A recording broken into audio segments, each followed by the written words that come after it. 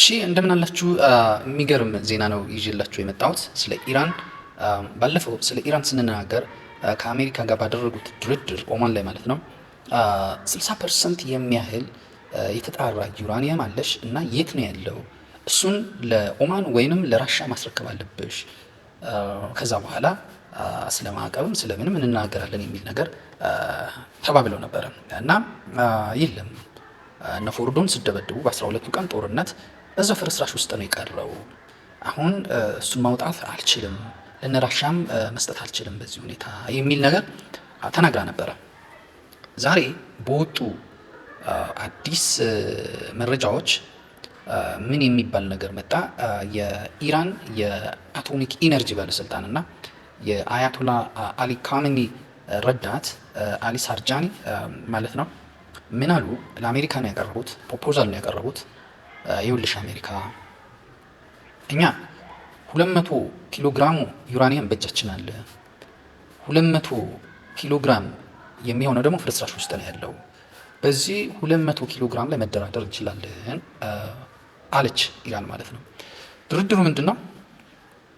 ይህንን ዩራኒየም እስከ 20% እና እስከ 3.67 ከ20% ከ3.67 እስከ 20% ማለት ነው። እስከዛ ድረስ እንዲወርድ ማድረግ እንችላለን ማለት ማክሸፍ ሳይሆን ለኢነርጂ ፐርፐዝ፣ ይሄ ኢነርጂ ለኤሌክትሪክ ለተለያዩ የልማት ስራዎች ሊያገለግል በሚችልበት መጠን ደረጃ ልንቀይረው እንችላለን። ያንን ማድረግ እንችላለን። የሰው አቅም አለን፣ ቴክኖሎጂ አለን። በዚህ የምትስማሚ ከሆነ ዝግጁ ነን። ነገር ግን ይሄ ነገር እንዲሆን መጀመሪያ እኛ ላይ የጣልሽው ማዕቀብ በሙሉ ማንሳት አለብሽ የሚል ፕሮፖዛል ነው የቀረበው። አሁን ኢራን አለኝ የምትለው ምንድነው? 200 ኪሎ ግራም ነው። 200 ኪሎ ግራም አለኝ፣ ሌላው እዛ ፍርስራሽ ውስጥ ነው ያለው። በዚህ 200 ኪሎ ግራም ላይ እንደራደር፣ ጊቭ ኤንድ ቴክ። ትራምፕ እንዳልከው ትራንዛክሽን ሜቶድ እንጠቀም እዚህ ጋር እና እያለች ያለችው ይሄ ነው። እዚህ ጋር ነው ትልቁ ሚስጥር ያለው። ትልቁ ሚስጥር እዚህ ጋር ነው። ምን ማለት ነው? 60% ዩራኒየም አላት፣ ኳሊቲው ማለት ነው። 200 ኪሎ ግራም ነው ያላት። ጠቅላላ ግን 450 ኪሎ ግራም ነው የሚባለው። የዓለም አቀፉ አቶሚክ ኢነርጂ ያለው ይህን ያህል ነው። 450 ያህላል። ከ410 እስከ 450 ያህል ነው። አንድ የኒውክለር ጭንቅላት ለመስራት 45 ኪሎ ግራም በቂ ነው የሚባለው። 45 ኪሎ ግራም በቂ ነው። አሁን በቀራት እስከ 200 ምናምን 220 ኪሎ ግራም ድረስ የተጣራ ዩራኒየም ካላት እስከ 60% ማለት ነው። አሁን የቀረ ካለ በሱ እስከ 5 የዩራኒየም ጭንቅላት መስራት ችላለች። እቺ ሀገር ኢራን የኒውክለር ባለቤት ለመሆን 10 የኒውክለር ጭንቅላት አይደለም ያስፈልጋት፣ 3-4 በቂዋ ነው። 2 በቂዋ ሊሆን ይችላል። ሌላውን ከዛ በኋላ ትሰራለች። ዋናው ኒውክለር መታጠቅ መቻሏ ነው። የሰው ኃይል ያላት መሆኑ ነው አሁን ክርክሩ።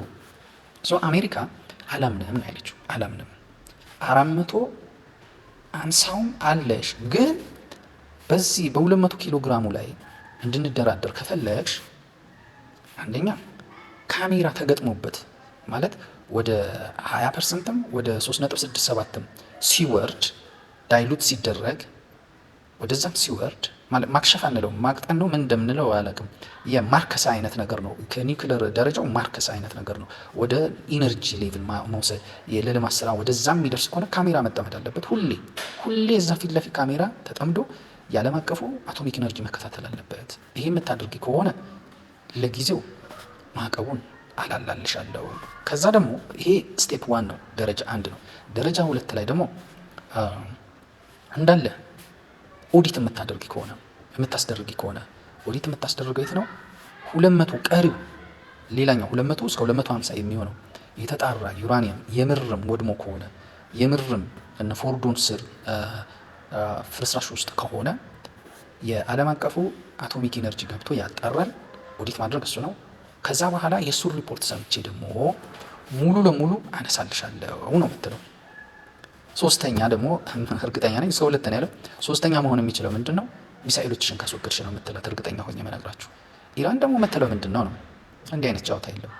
መጀመሪያ ማዕቀቡን አንሺ፣ ከዛ ቬሪፋይ እናደርጋለን ወይንም የማጣራት ስራውን እንሰራለን። ወይም ይሄ 200 ኪሎ ግራሙን ባለሙያ ባለበት ወደ 20% ወይም ወደ ዝቅተኛ ደረጃ እንቀይረዋለን። መጀመሪያ እንትኑ ማንሳት አለብሽ የሚል ነው። የማን ነው? የኢራን ማለት ነው። አሁን ኢራን ይዛ የመጣችው ትልቁ ካልኩሌሽን እዚህ ጋር ነው። አንደኛ ይሄ ማዕቀብ እንደሚጎዳ ታውቃለች።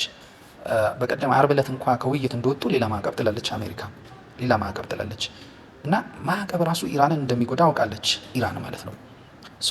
ለምን ለሁለት አልከፍለውም ብላ የወሰደች ይመስለኛል። አንደኛ በሰጥቶ መቀበል መደራደር፣ ሁለተኛ የኒውክሌር ፕሮግራሟን ደግሞ መቀጠል ማለት ነው። የኒውክሌር ባለቤት ለመሆን ግዴታ 450 አያስፈልጋትም ባለቤት ለመሆን። አሁን ሰሜን ኮሪያ ምን ያህል ጭንቅላት እንዳላት የሚታወቅ ነገር የለም።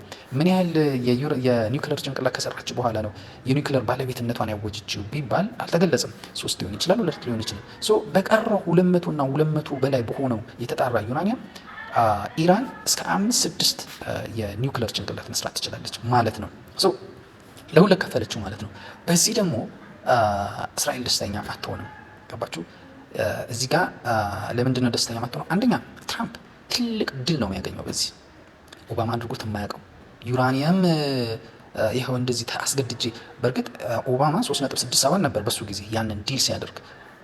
ትራምፕ ያንን ዲል ከቀደደው በኋላ ነው ወደ 60% ሄደው። ግን ያው አስገድጃት እዚህ ደረሰች፣ በእኔ ጉልበት ነው እዚህ ደረሰችው የሚለው ምርጫ ላይ የበላይ እንዲሆን የሚያደርገው ነገር ነው የተፈጠረው። እና ይሄ ለኢራንም ጥሩ ነው፣ ለትራምፕም ደግሞ እጅግ በጣም ከፍተኛ ድል ነው። ለምንድን ነው ለኢራን ጥሩ የሆነው? መሳሪያውንም እየሰራች ነው። ሁለተኛ ማዕቀቡን የምታስነሳበት ሚስ አገኘች ማለት ነው። ነገር ግን እስራኤል በጣም ተናዳለች። ለምን እንደተናደደች በመሳሰሉ ጉዳይ ቀጥሎ በሁለተኛው ቪዲዮ መልሳለሁ። አመሰግናለሁ።